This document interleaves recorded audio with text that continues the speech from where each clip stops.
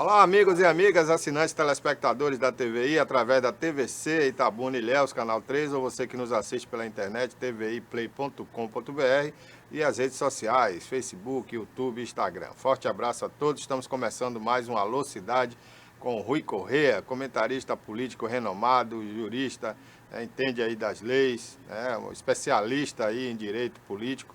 E a gente começa esse programa falando justamente das eleições, porque tivemos aí as convenções com seu prazo final no último dia 16 e aí definidos já os candidatos das coligações, que na verdade, Rui, ainda não são candidatos, é isso? Eles estão na fase, na transição, né? São candidatos aprovados em convenção, mas não são candidatos propriamente dito, porque ainda não foi solicitado o pedido de registro e não tem um deferimento ainda da Justiça Eleitoral, que passa por alguns pressupostos, alguns requisitos de admissibilidade dessa candidatura. Ok. Agora, Rui, mudou muita coisa, né, nessa nova legislação eleitoral e nesse ano, inclusive com prazos. Nós tivemos aí, devido à pandemia também, mudança de prazos, tudo prorrogado, né? E tivemos agora recentemente a informação de que o programa gratuito no rádio e na televisão, que começaria dia 27, será dia 9, não mais dia 27, né? Pois é. Eu quero até voltar, porque eu tive essa informação recente, e aí eu não tive ainda tempo de analisá-la. Mas, com a pandemia, foi emitido uma nova resolução. Foi essa resolução que prorrogou os prazos com relação a afastamento do cargo, data da eleição, 15 de novembro, segundo turno, 29. Então, foi uma readequação, porque as resoluções eleitorais que regem a eleição já tinham sido emitidas por conta da pandemia, da necessidade desses cuidados, né, e da crise pandêmica. O TSE emitiu uma nova resolução exatamente para cuidar dessa questão de prazo, adequando essa nova realidade. Ok. Bom, Rui, mas fora isso, nós tivemos a informação do presidente do TRE essa semana, ele divulgou para toda a Bahia que tudo está liberado. Pela lei, você pode fazer comício, caminhada, carreata e tudo mais. O governador, por outro lado, diz que não vai interferir na decisão do TRE, mas que recomenda aos prefeitos o bom senso e que não faça comício nem caminhadas devido às aglomerações, porque a epidemia não foi embora. A epidemia ainda está aí matando muita gente, né? Então, embora algumas cidades do interior já estão fazendo verdadeiros carnavais fora de época, né, Rui? Exatamente, Babal. Você vê as dificuldades que se terá no interregno da eleição, até a data da eleição, com relação a essa propaganda, o desenvolvimento normal da campanha. Porque o bom senso recomenda exatamente isso, que não haja aglomeração. Como é que você vai fazer comício, caminhada sem aglomeração? Não tem como fazer. Né? Mas isso não impede, né, que as pessoas que faltam senso fazer as coisas equivocadas, erradas. Fizeram isso. Grande maioria desses municípios pequenos, né, o poder, quem já está no poder, tentou burlar de toda forma essa restrição, essas restrições sanitárias do governo do estado e dos próprios municípios. Teve o caso de municípios que os prefeitos baixaram decreto com relação à pandemia, porque é da sua competência também, e eles mesmos desrespeitaram, porque fizeram convenções festivas, algumas com carreata, caminhada antes do horário da convenção, e outros depois. É flagrante, eu, como advogado, estou sendo contratado para fazer duas ações exatamente em municípios diferentes, exatamente por conta desse carnaval que se fez no dia 16, nessas convenções. Então, eu acredito que vai ser muito difícil, embora a Justiça Eleitoral já decidiu, inclusive, que com o poder de polícia que é inerente à Justiça Eleitoral, o TSE já baixou normativos em que autoriza exatamente a intervenção, né, Porque está na própria lei, né? O poder de polícia da Justiça Eleitoral. Então, tem os juízes de direito, os juízes eleitorais, têm competência para poder intervir e restabelecer a ordem e a legalidade das coisas. Ok. Bom, Rui, então, digamos assim, não, como você disse, não é oficial ainda, mas já temos os candidatos definidos, então, de cada coligação, né? Exato. Ao menos a nível de coligação e de convenção. Está cumprida essa etapa. Na eleição desse ano também, as coligações mudam, né? Só na parte majoritária, né, Juiz? Só para o candidato a prefeito. Para vereador... Coligações só existe para candidato majoritário, prefeito. Vereador não. Vereador não. Cada partido tem que sair com seus candidatos independentes. Antigamente, os pequenos, né, partidos, se juntavam, notadamente os de esquerda, partido de esquerda, né, histórico, partidão, PCdoB, Rede, né, Rede de Sustentabilidade, um ou outro, eles usavam desse artifício, né, de coligar-se 2, 3, para poder fazer uma bancada. Porque individualmente ele não tinha capacidade de fazer além de um ou dois. Né? O PCdoB tem uma tradição que ele, né, de fazer sua bancada, porque ele concentra o partido, né, chamado centralismo democrático. Ele centraliza, o filiado é obrigado a votar em candidato, então ele descarrega em um e elege. Então ele tem sempre representação. Mas acabou-se as coligações proporcionais, porque exatamente os grandes partidos chegaram ao ponto de achar que as coligações só beneficiavam aos partidos ideológicos. Agora, com essa mudança, Rui, você acha que vereadores, digamos assim, conhecido numa comunidade, mas de menos expressão, de repente naquela comunidade ele teria uma boa votação, mas o coeficiente exigido agora para o partido eleger um vereador, eu acho que nem todo partido vai conseguir fazer vereador, né? Mas a lei não alterou em nada o quociente eleitoral, o cálculo continua o mesmo. Agora, o que é importante notar, eu conversei essa semana muito, a miúde, com as pessoas que conhecem muito essa questão eleitoral. Ricardo Xavier, ele realmente tem essa capacidade, experiente nisso. Então, a gente estava avaliando que Itabuna tem 156 mil eleitores inscritos. Na avaliação dele, do qual eu concordo, vai votar nessas eleições em torno de 80, quase que a metade. Tá certo? Então, você divide isso aí, 80 mil por 21, o cálculo vai ficar exatamente em torno de 4 mil e fração. Tá certo? Para eleger o primeiro. Tá certo? Então, o primeiro mais votado. Tá, você tem que ter. Né? Aí continua também aquele critério você faz a lista dos partidos, aqueles que têm os mais votados, né? Preenche. Tá? As vagas restantes, você faz uma segunda rodada com a sobra de cada partido. Então, aqueles que tiverem maior número com relação ao outro, vai preenchendo aquelas cadeiras restantes. Então, é uma coisa até bacana de fazer. Tá certo? Mas haverá muita dificuldade para você, né, de você eleger.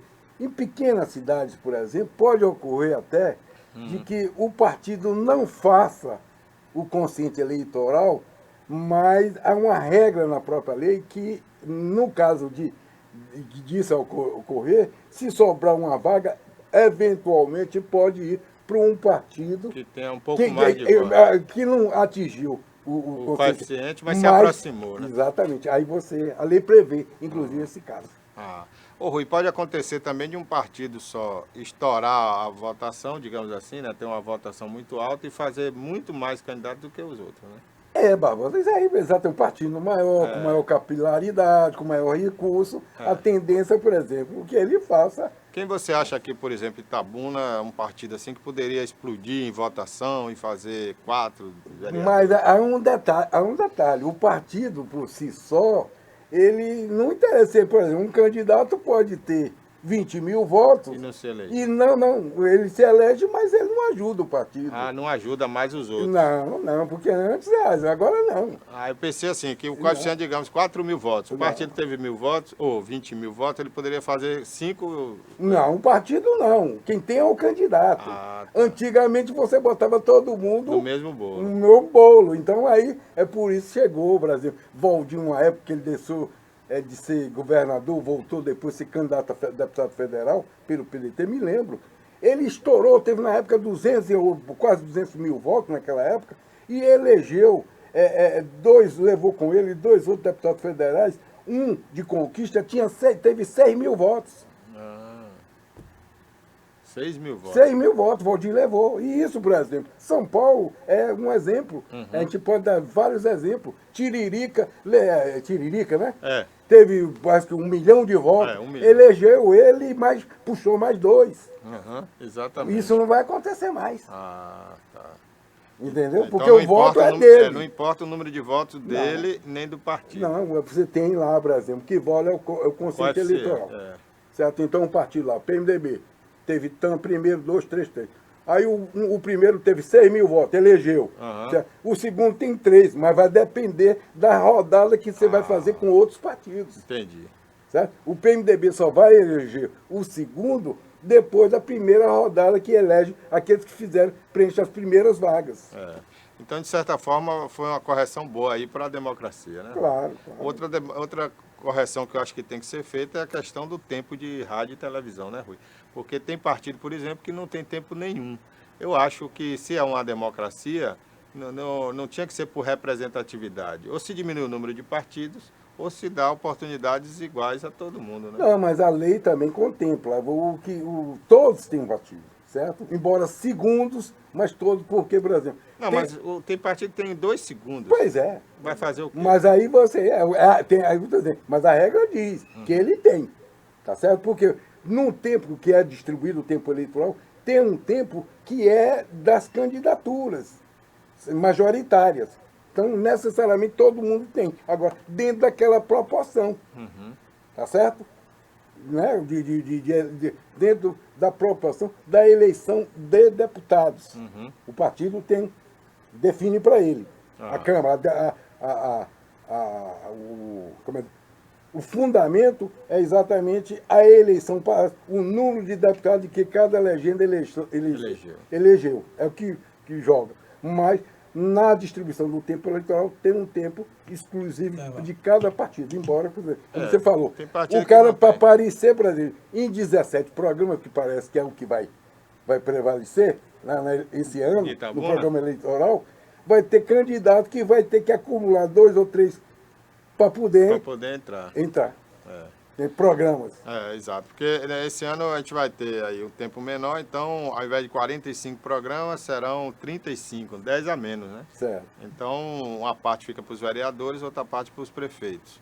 E nessa divisão aí deve ficar em torno de 17 programas para vereador ou para prefeito. O que vai acontecer é que esse partido que tem pouca representação, ele vai ter esse tempo de majoritário dele, ele vai ter que acumular. Me parece que eu não me lembro a regra agora, mas você tem que ter um tempo mínimo, 30 segundos ou 1 minuto, para você acumular para fazer o primeiro programa. Mas pode dessa forma, né? Pode. Então, ok. Vamos fazer um intervalo. Na volta, vamos falar da eleição Ilhéus, que também está pegando fogo, viu? Muitas novidades, a gente vai falar já já.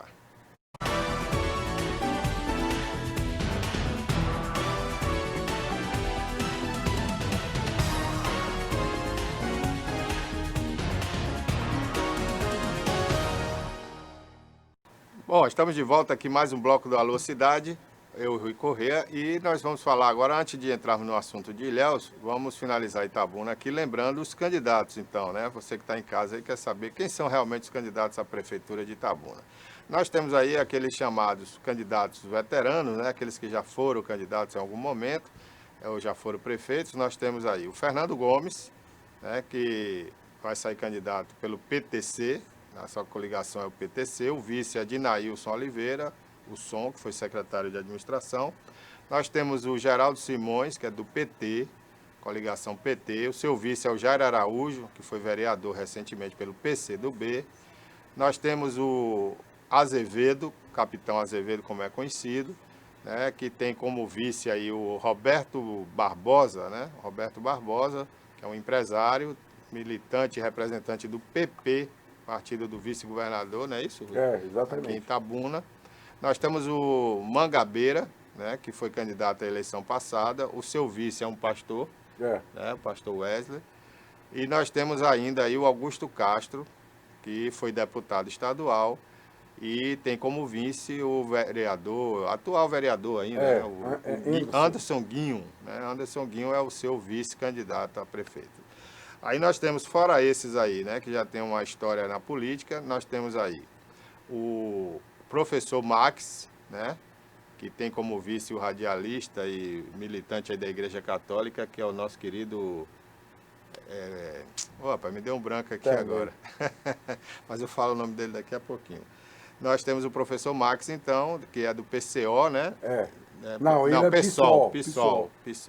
Corrigindo aqui, ele é do PSOL. E nós temos ainda a Chaliane, vereadora, que é candidata também à Prefeitura de Itabuna. Ela é do MDB. O seu vice é o Harrison Nobre, que era do Partido Novo e agora está com a Chaliane lá no MDB. Aí nós temos ainda, além desses dois, nós temos aquele velho candidato que sempre sai, está ali na luta, querendo um momento, né, uma oportunidade, que é o Eliodório, né, muito conhecido já, porque toda eleição ele está aí, o Eliodório. Pedro Eliodório, exatamente. E nós temos ainda o Ivan Guzmão, que está aí numa pendenga aí, porque parece que não pôde realizar a convenção do seu partido, a gente vai falar disso depois. Ainda temos o Alfredo, que foi da Imasa, né? Alfredo Melo, é engenheiro, né? Trabalhou na Imasa na gestão, salvo engano, do Azevedo, não foi? Foi. Ele é candidato à prefeitura de Itabuna.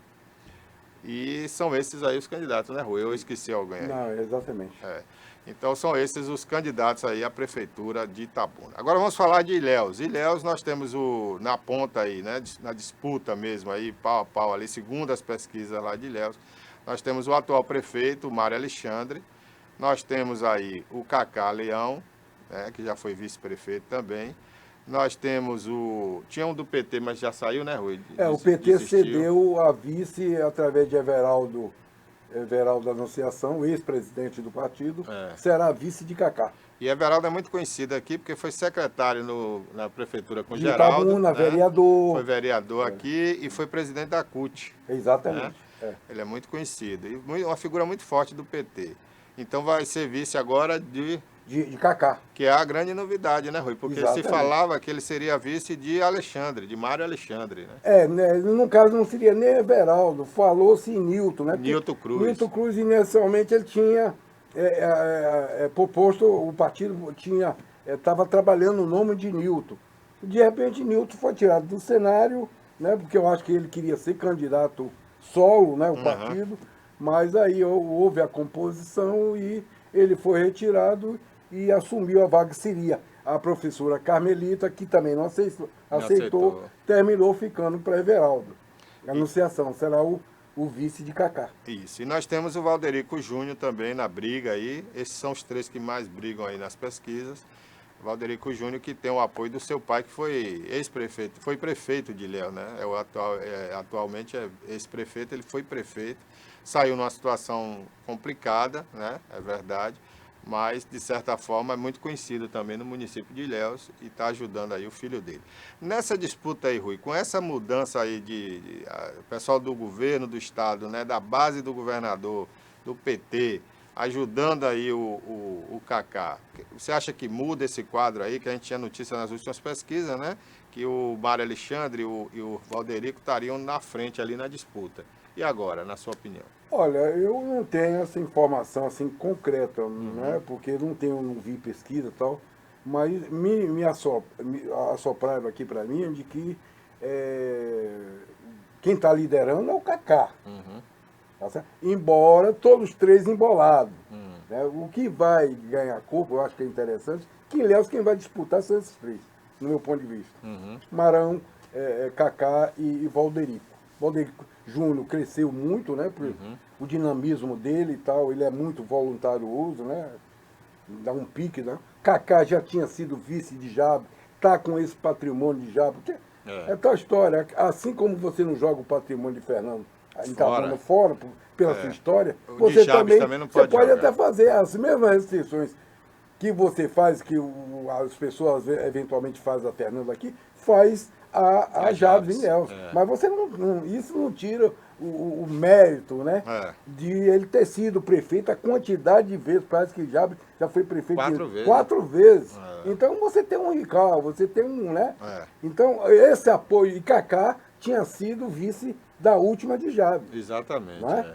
Então, e é uma figura, um empresário extremamente simpático, foi vice, teve um bom papel, chegou a assumir tal, alguns dias. Tal. Então eu tenho e agora com esse reforço de Everaldo, com uma figura muito emblemática do PT, presidente 2 vezes do partido na Bahia, uma figura super querida, né?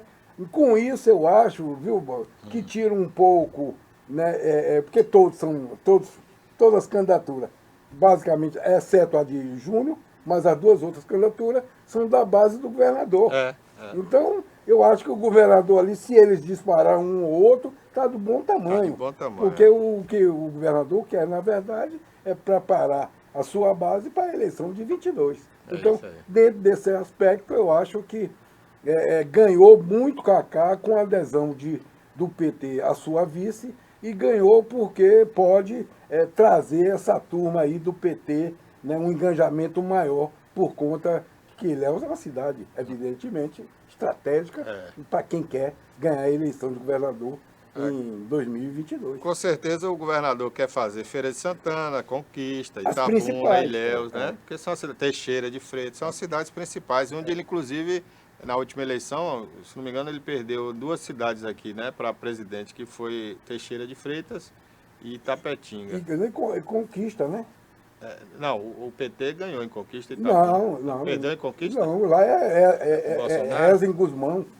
É do PMDB. Não, mas estou dizendo a última eleição para presidente, a votação que o PT não, teve, eu pensei né? de prefeito. Me enganei. Porque foi uma eleição mais recente, né? Bom, Ilhéus ainda, né? O Valderico Júnior quer o apoio maior do ACM Neto. Ele quer que o ACM Neto venha a Ilhéus, participe de evento com ele. Eu acho que é uma tentativa até inteligente de polarizar, né? Perfeito. Para ficar aí de um lado o candidato do ACM Neto, que é o Júnior, do outro o candidato do PT, que aí pode ser o Cacá Leão, se despontar mais nas pesquisas e continuar liderando, ou o Mário Alexandre, né? Aí a gente vai ver. Uma estratégia que aqui para nós, já que ele até agora ele caminhou sozinho, eu acho equivocada. Entendeu, Barbosa? Porque se ele traz, veja bem, a análise que se faz é de que a Semineto, ele só tem olhos para Salvador. E o desempenho dele lá é extraordinário mesmo. Ele tem uma aprovação lá de quase 80% da população. Então, mas ele não consegue como a liderança, porque ele não é só o prefeito de Salvador, ele é o presidente nacional do DEM, né? Que controla as 2 casas do Congresso. Né? Um partido que depois de todo o desgaste que teve dos anos da ditadura, agora ele começa a recuperar uma imagem boa, até por conta do protagonismo que ele tem feito na Câmara de Deputados e no Senado. Então, mas voltando à SEMI, ele não consegue sair de Salvador. Então, o Valderico, trazendo ele com essa disputa, né, trazendo ele como cabo eleitoral, pode atrair também um governador, e aí o governador tem muito mais forte para a campanha de Ilhéus. Exatamente. Só as obras que ele fez em Ilhéus. Entendeu? Né? Não tem como. Se essa eleição, ele buscar essa polarização via representar as lideranças, aí eu acho que é uma estratégia, me parece, não é boa para ele. Tá certo? Já que ele chegou aonde chegou sem ele, entendeu? Era melhor continuar. Ele não tem em Ilhéus não tem televisão. Tá certo? Não tem campanha de televisão, então, só tem de rádio. A CM não vai vir para caminhada, porque ele não vai provavelmente fazer caminhadas. Não pode, né? Então o apoio que ele vai ter é aquele apoiozinho, eu acho, do rádio. Declarar, falar alguma coisa. Na rádio. Como já vem falando. Mandando mensagem, mas nada disso. Né? De trazer, de botar ele ali, entendeu? Como um cabo eleitoral, porque se o governo perceber que essa estratégia está dando certo, o governador vai passar a morar em Ilhéus. Ô, Rui, por falar em governador e falar no ACM Neto, em Salvador, as notícias que a gente tem é que o militar lá, o sargento, né, Isidório, está liderando, né? E o PT está apostando em 3 candidatos, 3 candidaturas, enquanto o ACM Neto apostou apenas no seu vice, que é o Bruno Reis, né? Mas as notícias que a gente tem, segundo o Jacques Wagner, as pesquisas indicam que o candidato apoiado por ele, que inclusive tem uma falta de credibilidade de muita gente, porque ele andou falando umas bobagens, né? Se colocando como louco e tudo mais, mas dizem que ele está liderando. Eu também não vi pesquisa, mas eu vi uma entrevista do Jacques Wagner falando sobre isso. Na verdade é o seguinte, teve uma pesquisa, mas há 15 dias, foi divulgada pelo Bahia Notícia, tá certo? Então, o candidato de ACM, o Bruno, nessa pesquisa aparece com 33%, 33, pouco. O segundo que aparece é o Isidório, com 18%, tá certo? Não, com 15%. Com 15. 15, seria a metade, então. E Litz aparece nessa votação, nessa pesquisa com 13, tal, tá certo? Depois dela, aí a diferença fica muito grande. Os outros candidatos que aparecem com 3, 4... Porque tem outra mulher também que a Major Denise, que é a candidata do PT, do governador. Ela aparece com 4%. Tá certo? Mas você vê como é a questão. O PSB, a Litz, porque qual é a estratégia? Eles estão somando o seguinte, que Bruno, se ele se mantiver nesse patamar de 30%, 35%, ele não ganha, eles vai ter o segundo turno. Então, o Isidório está fazendo o papel do puxador de cabo. 18 dele, com 13 de Litz, mais tanto. Então, vai ter o segundo turno. Eles estão trabalhando com essa visão. No segundo turno, provavelmente Isidório virá. Tá certo? E nessa estratégia, o que o governador fez? Os bichos são enxadrecistas. O que eles jogam? O que eles fizeram? Pegaram o Litz, que tem 13%, e botaram para ser vice da Major Denise, que tem 4%. Tá certo? Litz é um fenômeno dentro de Salvador. Toda história de Litz é dentro de Salvador. Salvador nunca deixou Litz sem mandato. É verdade. A votação dela sempre foi boa. Entendeu? Nunca deixou ela sem mandato, Salvador. Ela só não se reelegeu a senadora porque foi um acordo político. Pois é. Então, o que o governador tem? Você sabe que, embora a Major tenha 4%, na hora que a campanha, na hora que botar a militância do PT, PCdoB, PSB, ela vai terminar mais ou menos ombreada com o Bruno. Então, essa eleição vai para o segundo turno. Com certeza. Entendeu? E eu acho que aí a Major, que hoje tem 4%, por quê? O governador, porque ela é da Liberdade, porque ela é negra e porque Salvador é a maior cidade negra do país. Entendeu? Então o Rui está jogando, o Rui é da Liberdade também. E ela tem um cabedal fantástico. Psicóloga, major, responsável pela implantação daquela patrulha Maria da Penha em Salvador, certo? E ela tem uma linguagem fluente, bacana, tal. Então eu acho que essa disputa em Salvador vai ser bem renhida no segundo turno. Com certeza. Bom, nosso tempo está acabando, Rui. Vamos deixar o convite aí para o nosso telespectador para a próxima semana estarmos de volta aqui. E se houver fato extraordinário, a gente entra aí pelas redes sociais. Bacana. E o que eu acho, viu, agora que as coisas começam, a partir desse programa agora, que eu achei ótimo, é que a gente vai ter mais fato, né? A coisa começa a esquentar, apesar da pandemia e das dificuldades que terão a campanha com relação às locomoções, né? Mas notícias nós vamos ter muito. É isso aí. Forte abraço a todos e até o próximo. Lá.